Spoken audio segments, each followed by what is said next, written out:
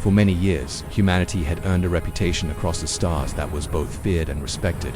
They were called Deathworlders, a name that carried both awe and caution wherever human ships traveled. The title did not come from arrogance or pride. It was a mark of survival, resilience, and unmatched toughness. Humans had evolved on a planet that was harsh beyond imagination, a world where storms could tear through entire cities, where the air itself was sometimes deadly, and where predators hunted humans as relentlessly as humans hunted them. This harsh upbringing had shaped every human generation into beings capable of facing dangers that other species could never endure. Their minds were sharp, their bodies strong, and their instincts razor keen. From this, humans became not just survivors but warriors of the cosmos, able to thrive where others would perish. Captain Rylan Ward, a decorated officer of the Terran Vanguard fleet, was one of the best among them. Rylan had spent most of his life in service to humanity, patrolling the fringes of human-controlled space. He knew the value of caution and patience, but he also knew when bold action was required. Stationed at the Helios outpost, far beyond the well-traveled lanes of interstellar traffic, he oversaw a network of observation stations designed to track anomalies and ensure the safety of nearby colonies. Life here was mostly routine, a rhythm of patrols, equipment checks, and the occasional diplomatic escort to newly contacted species. For years this had been a life of quiet vigilance, far from the chaotic war zones where humanity had once carved its fearsome reputation.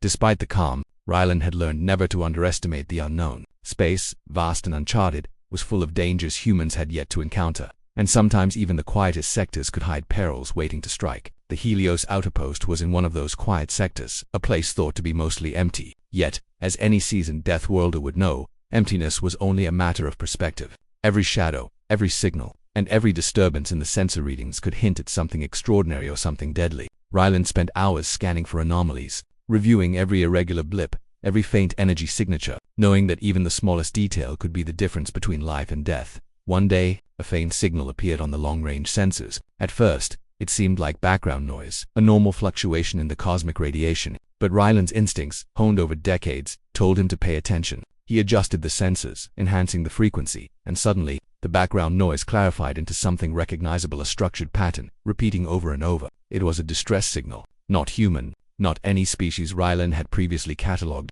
It carried desperation in its digital pattern, a kind of urgency that even advanced encryption could not hide. The signal's weak transmission meant that the sender was either far away or struggling to maintain their communication. It was a message that begged for help, and somehow, despite the distance and the cold void separating them, the signal carried emotion, a clear cry for aid. The coordinates embedded in the transmission were even more shocking. They pointed to a sector abandoned by most interstellar civilizations decades ago. Maps labeled the region as a no-go zone, a place considered too remote or too dangerous for routine travel.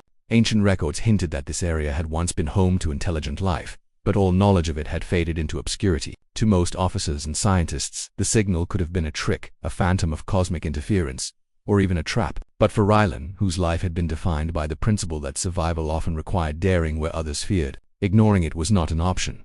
Rylan immediately convened a small team of analysts and navigators.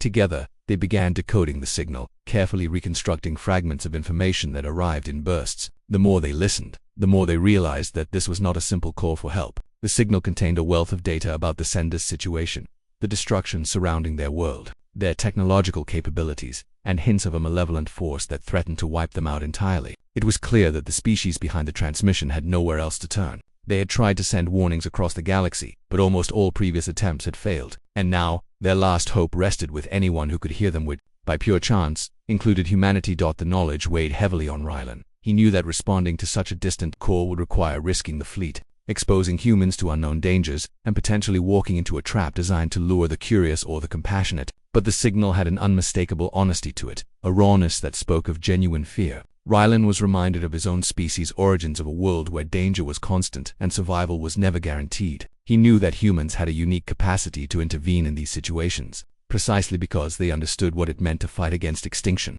to face threats that would overwhelm other civilizations. As the hours passed, Rylan made the decision to escalate the matter to the Terran Command Council. While awaiting their response, he personally continued analyzing the signal. Night after night, he and his crew pieced together fragments of language, cultural markers, and technical schematics embedded in the distress call. Each discovery revealed a species highly advanced yet on the brink of annihilation. They had crafted defensive technologies, communication arrays, and escaped vessels, but the forces aligned against them were overwhelming. The signal's urgency intensified with every passing moment, as if the senders were aware that the silence of space could end them before help arrived.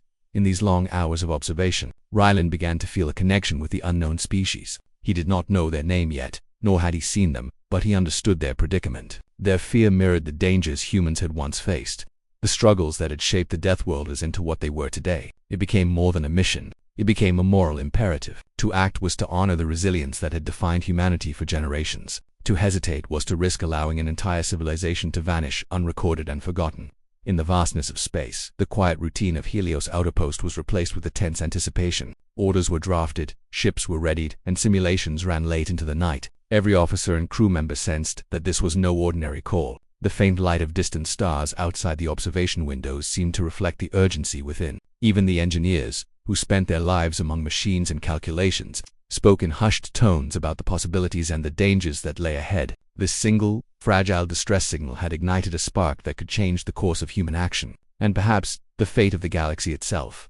Captain Ryland Ward stood on the observation deck, staring at the void beyond the post. The faint blips of the distress signal flickered across the monitor like a heartbeat in the endless darkness. Humanity had a choice: to ignore it and continue their quiet patrol, or to step boldly into the unknown, risking everything for the chance to save a species in desperate need. Ryland's hand hovered over the communication console, ready to send the first formal response. This moment marked the beginning of a journey that would test humanity's courage, skill, and morality. And for the Death, it would be a moment to remind the galaxy why their name was both feared and revered. The moment the Terran Command Council received the news of the alien distress signal, the debate began. The message was unlike anything they had seen before, and it carried implications that were both urgent and dangerous. The signal was not only faint and fragmented, but it also came from a sector of space that had been long abandoned by most known civilizations. Ancient records had hinted that intelligent life had once existed there, but all memory of that species had faded over centuries. Some council members argued that responding to this signal would be reckless. The sector had a reputation for mystery and danger. Old legend spoke of energy storms capable of ripping ships apart, and derelict alien technologies that could be deadly to anyone who approached. Many feared that the distress signal might be a trapper lure designed to draw human forces into an ambush. Yet other voices spoke passionately in favor of action. They reminded the Council of humanity's duty in the galaxy. Humans had survived where few other species could, and they had become protectors by necessity as much as by choice. The signals spoke of a species in peril, and some argued that humans could not turn away. History had shown that civilizations often vanished silently, leaving only ruins behind. To ignore this call could mean allowing an entire intelligent species to be erased without ever being saved. The debate became heated, with council chambers echoing with arguments for caution, pragmatism, morality, and the weight of humanity's reputation. Captain Ryland Ward found himself in the center of this debate. His personal assessment of the signal aligned with those urging immediate action. He had spent long hours analyzing every pattern in the transmission, every subtle detail that could hint at the sender's situation. What he found was unmistakable. This species, whatever it was called, was facing complete annihilation. Their technologies were sophisticated, but clearly insufficient to repel the attackers that had overwhelmed their world. Entire cities were in ruins, energy shields had failed, and evacuation efforts were chaotic at best. The fear embedded in the signal was raw and unmistakable, the kind of fear that even humans hardened by Deathworld survival could recognize. It was desperation, but also intelligence reaching out for help, the kind of intelligence that deserved a chance to survive. As the council deliberated, Ryland made preparations behind the scenes. He ran simulations of the sector using the limited data available, charted potential hyperspace routes, and calculated the resources required for a swift rescue mission. Even though he did not yet have formal approval, he felt a responsibility to be ready. Humanity had faced crises before, and in every instance, preparedness had been the key to survival. If the council agreed to intervene, time would be critical. The distress signal was growing weaker with every hour, suggesting that the alien species might not survive much longer without immediate help. Every delay increased the risk that they would vanish completely. Within the council chambers, the debate reached a critical point. The dissenters cited risks that could not be ignored: unknown weaponry, potential ambushes, and the possibility of spreading human forces too thin across vulnerable sectors. One official even warned that responding could trigger a larger conflict with a hostile species that had not yet been catalogued, potentially putting entire human colonies at risk. The proponents countered that humanity's unique capabilities, honed on the harshest planet in the galaxy, were precisely what gave them the edge. Where other species might hesitate, humans could endure extreme danger, improvise under fire, and adapt to environments that would break others. To them, this was not only a moral imperative but a strategic demonstration of human strength and reliability across the stars. Meanwhile, Ryland and his crew continued their analysis. Piecing together cultural and technological details from the fragments of the signal, it became increasingly clear that the aliens were highly intelligent and technologically advanced, though not designed for the kind of relentless aggression they were currently facing. Their society had been peaceful, focused on science, trade, and exploration. Yet even advanced technologies could not compensate for overwhelming force when a species was unprepared for war. Ryland realized that their survival might depend entirely on human intervention. Without outside help, these beings faced certain extinction, not through their own mistakes, but because the universe could be cruel and unforgiving. That tension mounted within the Council. News of the signal spread across Terran military ranks. Crews on distant ships and outposts began speculating on the origins of the message, discussing theories in quiet corners and across secure channels. Some feared that the signal was an elaborate test, a challenge from a hidden enemy observing human response. Others felt excitement, a rare glimpse of opportunity to act decisively and make a tangible difference in the galaxy. Among the Deathworlders, the idea of helping a struggling civilization resonated deeply. Many officers and soldiers had themselves been shaped by extreme adversity, and they understood the value of survival against overwhelming odds. Empathy and strategic thinking merged in the minds of human leaders, reinforcing the argument that intervention was the right course of action. Amid this growing tension, a second burst of information arrived from the distress signal. This transmission was more fragmented, but it carried visuals, brief images of cities ablaze, alien civilians fleeing through smoke-filled streets, and massive war machines crushing resistance. The emotional impact of these visuals was profound. Even the most cautious council members could not ignore the human instinct to act when confronted with the suffering of others. For Captain Ryland, seeing these images confirmed what his analysis had already suggested. The alien species was not only endangered but was actively under attack by a force with overwhelming firepower. Every second of delay could mean the difference between life and death for countless beings. Ryland convened a briefing with his closest advisors. They discussed potential strategies for responding to the signal, including different fleet formations, the types of ships and weaponry that might be required, and possible defensive measures against unknown threats. They also discussed evacuation tactics and ways to minimize casualties. Ryland emphasized speed and precision. The aliens' survival depended not only on military force but also on timing. Every delay could reduce the effectiveness of the mission and increase the risk of total annihilation.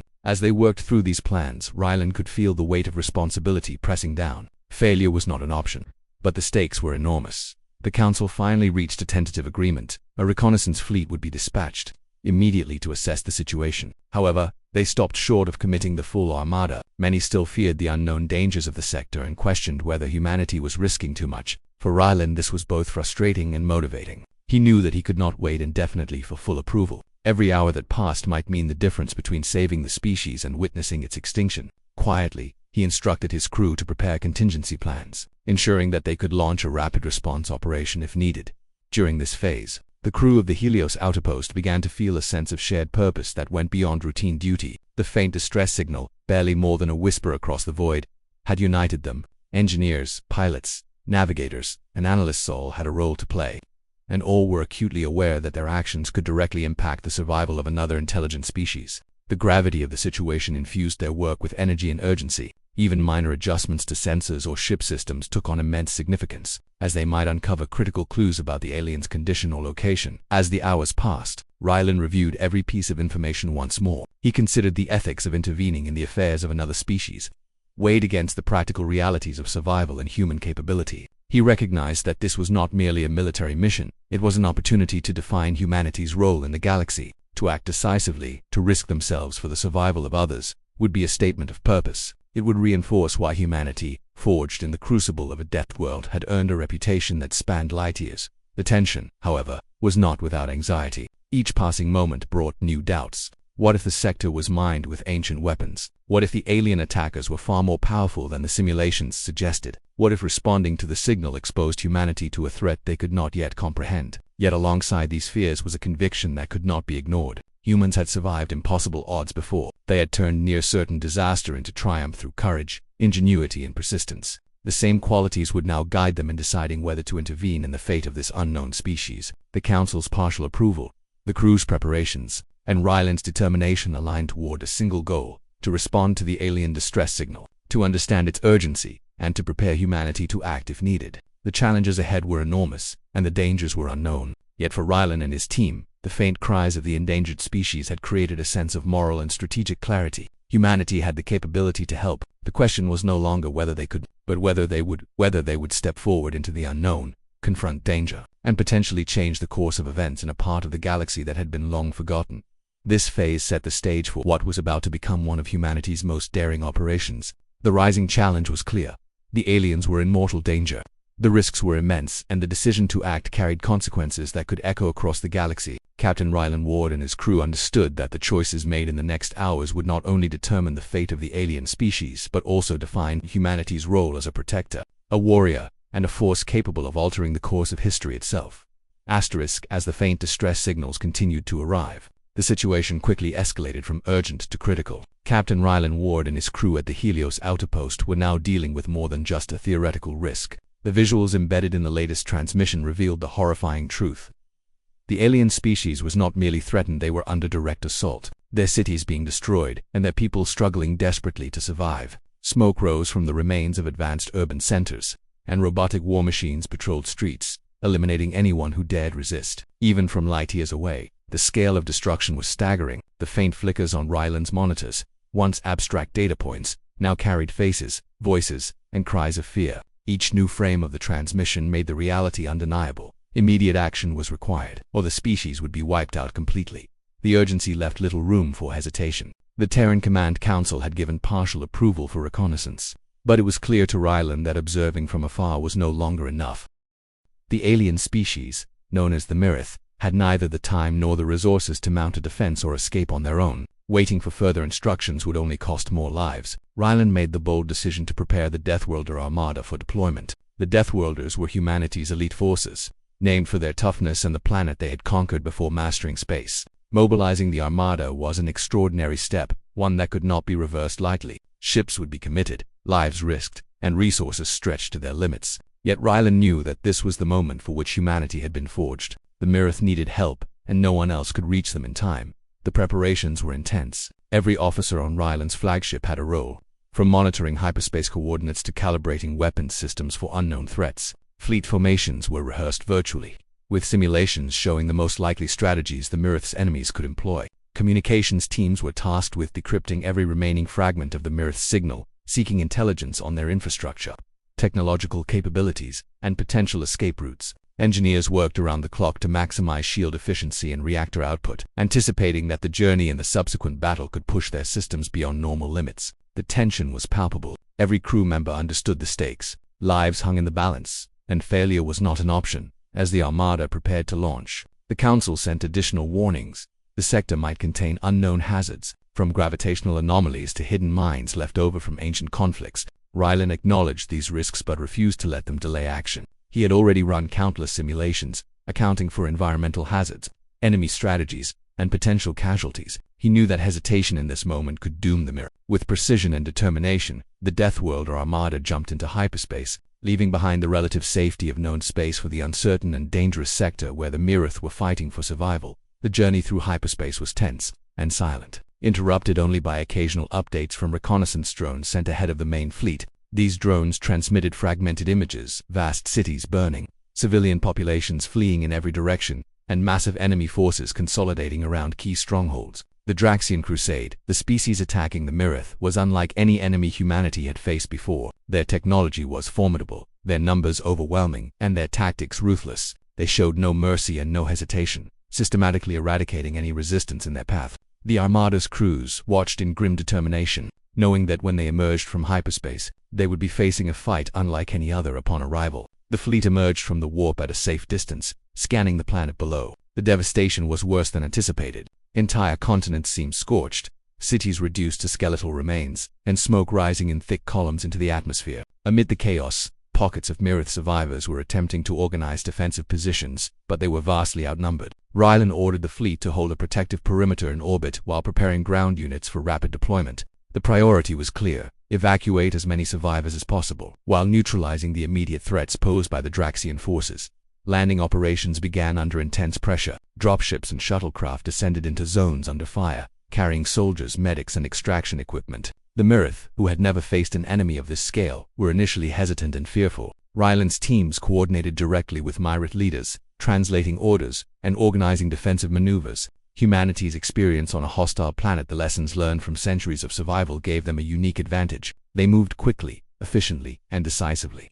extracting civilians and protecting them with human firepower and strategy. Yet every moment brought new challenges. Enemy units adapted rapidly, ambushes sprang from ruined buildings, and the terrain itself, scarred by constant bombardment, created hazards for both rescuers and evacuees. The escalation reached its peak when intelligence revealed the presence of the Draxian command fleet orbiting the planet. These were the vessels coordinating the attack, the heart of the enemy's operation. Neutralizing them was critical to the Mirith's survival. Rylan made a daring decision. His flagship, equipped with experimental weapons and enhanced reactor capacity, would engage the command vessels directly, drawing their attention and creating an opening for evacuation. The move was extraordinarily risky, but it was necessary. If the command fleet remained operational, no amount of rescue efforts would succeed. The decision weighed heavily on Rylan, who understood that the loss of his ship and crew was a real possibility. Yet the lives of thousands of Mirith civilians depended on this act of bravery. As the flagship moved into position, Rylan coordinated the Armada's orbital forces to create overlapping fields of fire,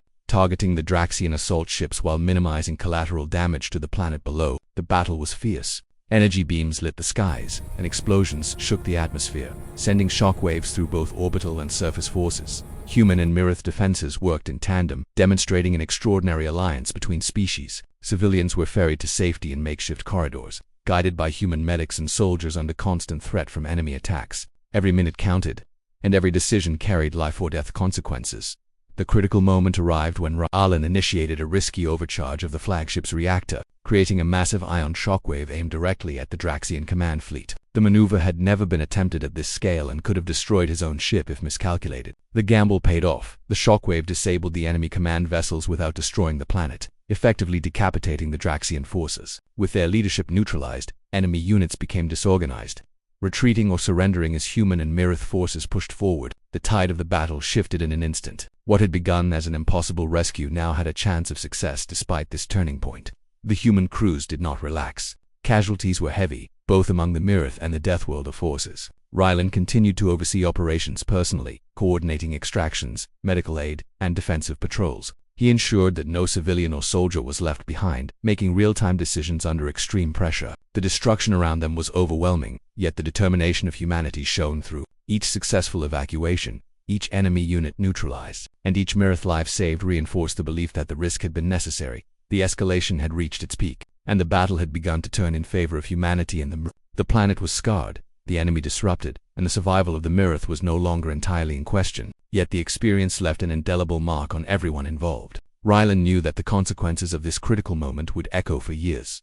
The bravery, the losses, and the sheer scale of human intervention would redefine humanity's reputation and its role in the galaxy. The Deathworlder Armada had arrived not just to observe or respond but to act decisively at a moment of ultimate crisis, demonstrating courage and capability beyond anything previously seen at this point. The story of the Mirith's survival had shifted dramatically. What began as a faint signal of desperation had become a full-scale confrontation, a test of humanity's tactical brilliance, moral courage, and ability to act under unimaginable pressure. The escalation highlighted not only the dangers of the galaxy but also humanity's capacity to rise to those dangers, to face overwhelming odds, and to change the course of events in the lives of others. Every decision, every maneuver, and every life saved contributed to the growing legend of the Deathworlders, a species that thrived in chaos, survived against impossible odds, and intervened when the galaxy itself seemed indifferent to the plight of the innocent.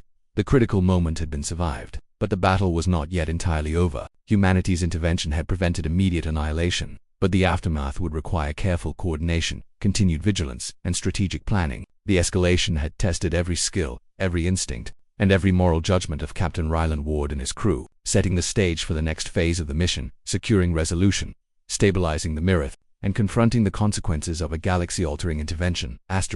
After the critical battle that had saved the Mirith from immediate destruction, the focus shifted to resolution. The planet was scarred, cities were reduced to ruins, and the air still carried the acrid smoke of burning structures. For Captain Rylan Ward and his crew, the mission was far from over. The initial victory against the Draxian forces had prevented total annihilation, but the work required to stabilize the situation, evacuate survivors, and secure the planet demanded careful planning and decisive action. Every step had to be precise. Mistakes could cost more lives, and the stakes had never been higher. The first priority was the evacuation of the Mirith. Many of the survivors had been trapped in collapsing structures, while others had fled into dangerous zones where enemy patrols could still appear.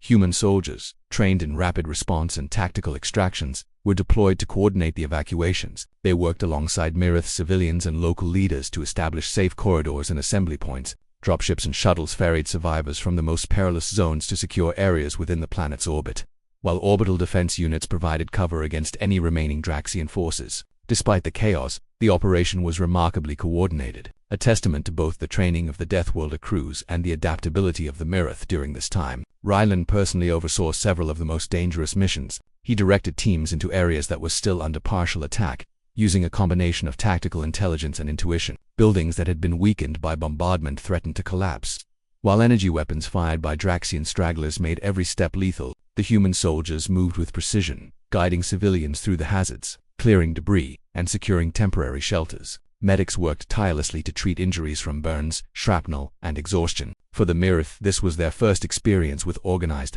large-scale rescue operations under such extreme conditions, and many were awed by the efficiency and bravery of the humans. At the same time, the Armada continued orbital operations to ensure that no remnants of the Draxian fleet could regroup. Specialized ships scanned for hidden vessels, mines, and automated war machines. Sensors detected small enemy squads attempting to hide or sabotage evacuation efforts, and human forces neutralized these threats with careful precision to avoid civilian casualties. Every action was calculated. There was no room for error. Rylan's experience as a Deathworlder, accustomed to surviving in extreme environments, proved invaluable. His ability to anticipate threats and coordinate complex operations under pressure allowed the Armada to maintain control of the situation. As the evacuation progressed, attention turned to stabilizing the planet itself. Many critical systems had been destroyed or damaged in the attacks, including power grids, water supplies, and communication networks. Engineers from the Armada worked with Mirith technicians to repair infrastructure wherever possible. Temporary energy relays were installed to restore power to essential facilities, while mobile water purification units provided safe drinking water to survivors. Communication arrays were re-established to coordinate ongoing rescue efforts and to allow the Mirith to contact one another across the planet. Even in the midst of disaster, hope began to emerge, as the survivors witnessed a chance at recovery that it seemed impossible. Just days earlier, one of the most challenging tasks was addressing the remaining Draxian threats on the planet. While the command fleet had been neutralized, scattered enemy units still posed a danger. Small skirmishes erupted near evacuation zones, and intelligence suggested that pockets of Draxian soldiers were attempting to regroup and launch surprise attacks. Rylan organized rapid response teams to patrol higher-risk areas, using a combination of firepower and tactical ingenuity to prevent further harm. These teams moved quickly, neutralizing threats while minimizing risk to civilians. The combination of human strategy and Mirith guidance proved effective, allowing the survivors to continue moving toward safety without significant interruptions. As the days passed, the Armada shifted its focus from immediate rescue to long-term security. The Mirith needed protection not only from remaining Draxian forces but also from potential opportunistic threats in the region. Rylan established defensive perimeters around key population centers and coordinated with Mirith leaders to implement security protocols. Training programs were introduced to help survivors defend themselves and maintain order, instilling a sense of empowerment alongside gratitude. The collaboration between species strengthened rapidly, creating a bond that would last far beyond the crisis. The human crew also worked tirelessly to document the damage and assess losses. Data from orbital scans, reconnaissance missions, and survivor reports were collected and analyzed to understand the full extent of the devastation. This information was critical for planning rebuilding efforts and for preparing for any potential return of the Draxian forces. The scale of the destruction was staggering. Entire cities had been flattened. Key industrial areas were in ruins, and countless lives had been irrevocably changed. Yet despite the enormity of the challenge, the Mirith survivors were resilient. With the support of the Deathworlder Armada, they began to organize relief efforts, distributing food, medical supplies, and temporary shelter to those in need. Rylan also had to consider the moral and ethical dimensions of the operation. Every decision had consequences. The use of overwhelming force to neutralize the Draxian command fleet had been necessary, but it also carried risks of collateral damage. Ensuring the safety of civilians while effectively defending against an enemy required constant vigilance and judgment. The balance between decisive action and compassion became a guiding principle for the resolution phase. Rylan frequently reminded his officers and soldiers that the purpose of their intervention was to save lives, not merely to demonstrate military might. Throughout this phase, the psychological toll on both humans and Mirith was significant. Survivors were traumatized by the loss of homes, family members, and friends. Human soldiers, accustomed to dangerous operations, still faced emotional strain from witnessing the scale of suffering. Medics and counselors worked alongside rescue teams to provide support, helping individuals cope with grief and shock. Small victories, such as reuniting families or securing a safe zone, provided relief and hope, reinforcing the determination of everyone involved to continue the mission until every survivor was safe. The immediate crisis had been contained. The Myrith population had been largely evacuated to secure zones. The Draxian forces had been neutralized or driven into retreat, and critical infrastructure had been stabilized enough to allow basic survival. The planet, though scarred and damaged, was no longer facing immediate destruction. Humanity's intervention had turned the tide, preventing a total catastrophe and giving the Myrith a chance to rebuild. Every action taken by the Deathworlder Armada, from tactical strikes to humanitarian aid, had contributed to this outcome, demonstrating a combination of courage, skill, and compassion rarely seen in interstellar history. As Ryland surveyed the situation from the bridge of his flagship, he reflected on the enormity of what had been accomplished. The critical moment of battle had passed, and now the resolution phase required patience, coordination, and careful attention to detail. Lives had been saved, but the work was not yet complete. Plans were made for long-term support, including food distribution, medical care, and infrastructure rebuilding. Liaison teams remained with the Myrith to provide guidance and training, ensuring that the survivors could maintain security and stability even after the human forces withdrew. In the final days of the resolution, a sense of cautious optimism began to emerge. The Myrith, once facing extinction, were now alive and organized, their society beginning the slow process of recovery. The collaboration between humans and Myrith had created trust, mutual respect, and a shared sense of purpose. Ryland's crew, exhausted but determined, took pride in the outcome. They had faced overwhelming odds, navigated a complex and dangerous environment, and successfully executed a mission that many had thought impossible. The resolution phase had not only saved lives but had also strengthened the bonds between two species,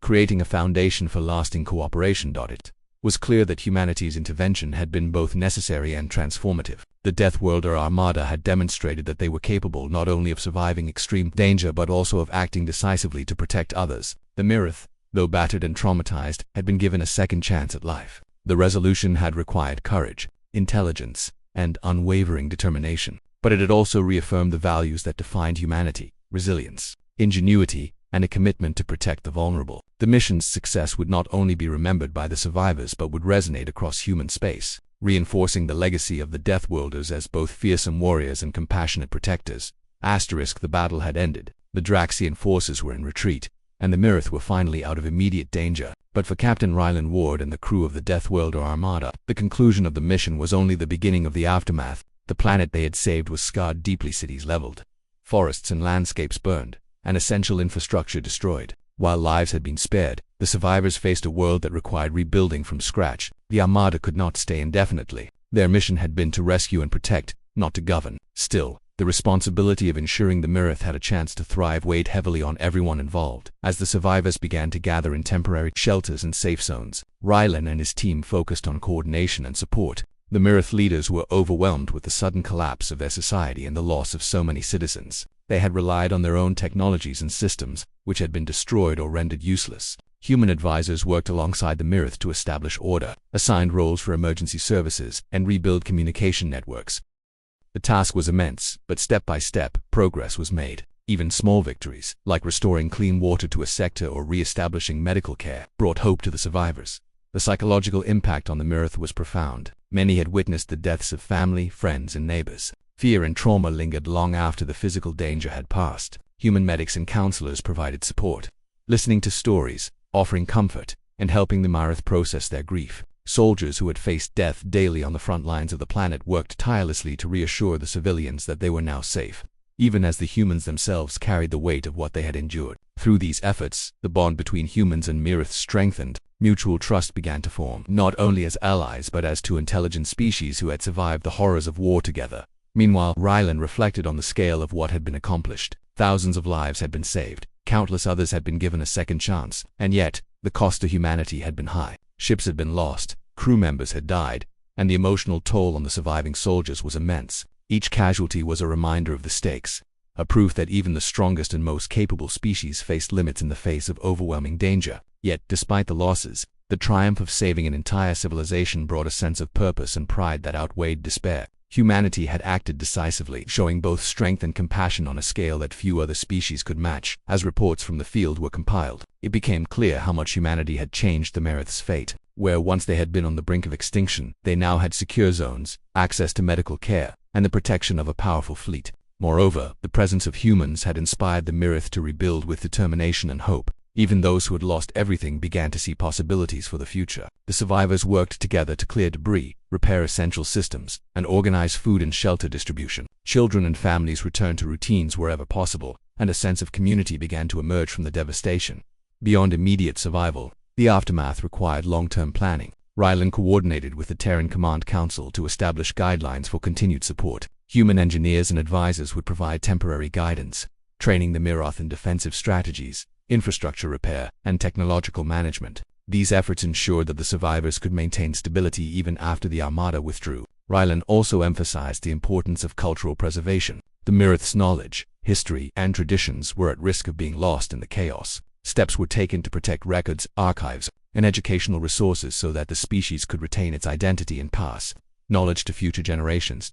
As the situation stabilized, news of humanity's intervention spread throughout the galaxy. The Deathworlder reputation, previously associated primarily with fear and survival, was now intertwined with admiration and gratitude. Other civilizations began to recognize humanity's capacity not only for combat and endurance but also for decisive moral action. The story of how a single distress signal had mobilized an entire armada to save a species became an example of what humans were capable of when they combined courage, skill, and empathy. For Rylan and his crew, this recognition was secondary. Their primary concern remained ensuring the Mirith could rebuild and thrive.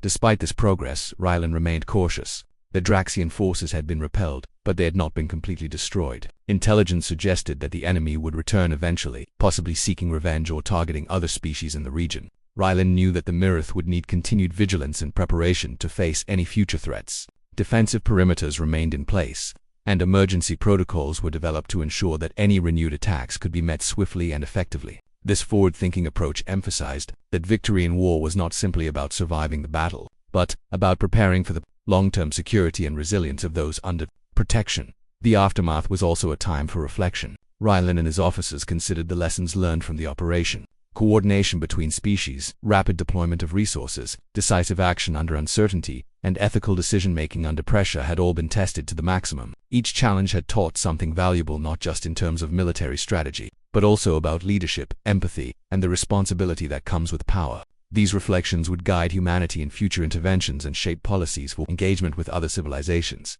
Within the human crew, there was a mixture of relief, pride, and solemnity. Survivors shared stories of heroism, resilience, and sacrifice. Soldiers who had faced death alongside civilians recalled moments of bravery and resourcefulness, while medics recounted the emotional impact of saving lives under extreme conditions. The experience left a lasting imprint on everyone involved, reinforcing the idea that humanity's strength was not only measured by the power of its ships or the sharpness of its weapons, but also by the willingness to act for the sake of others.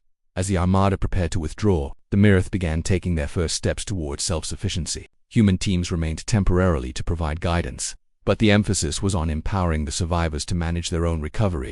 Communities organized themselves, leaders re-established governance structures, and essential services slowly returned. The Mirith's resilience, combined with the guidance provided by humans, laid the foundation for long-term stability. In the months that followed, the survivors would continue to rebuild, carrying with them the memory of the humans who had risked everything to ensure their survival. The mission's conclusion brought mixed emotions. There was pride in the lives saved, gratitude for the cooperation between species, and a sense of accomplishment for the successful execution of a complex, high-stakes operation. Yet there was also sadness for the lives lost, both human and Mirith, and for the destruction that had permanently altered the Mirith's world. He understood that, even in victory, the scars of war would remain. The moral responsibility of having intervened weighed on him, but he knew that the choice to act had been necessary. Humanity's intervention had made the difference between life and extinction, and that truth provided a measure of comfort.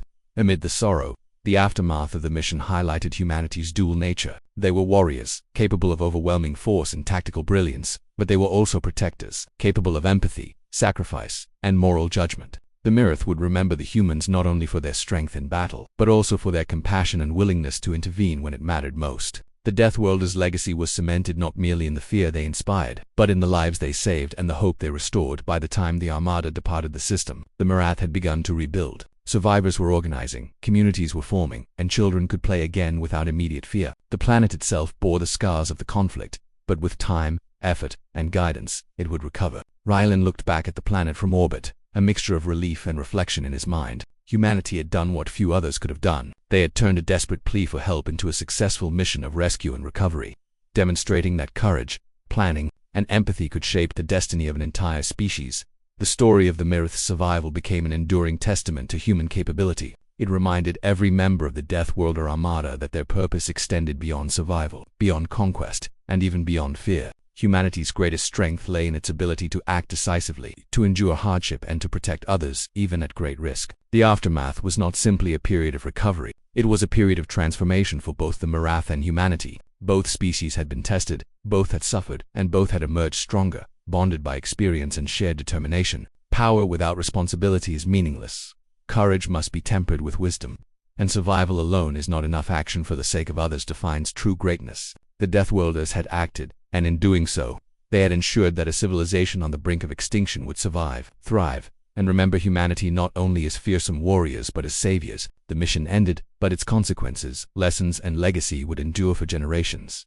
Asterisk.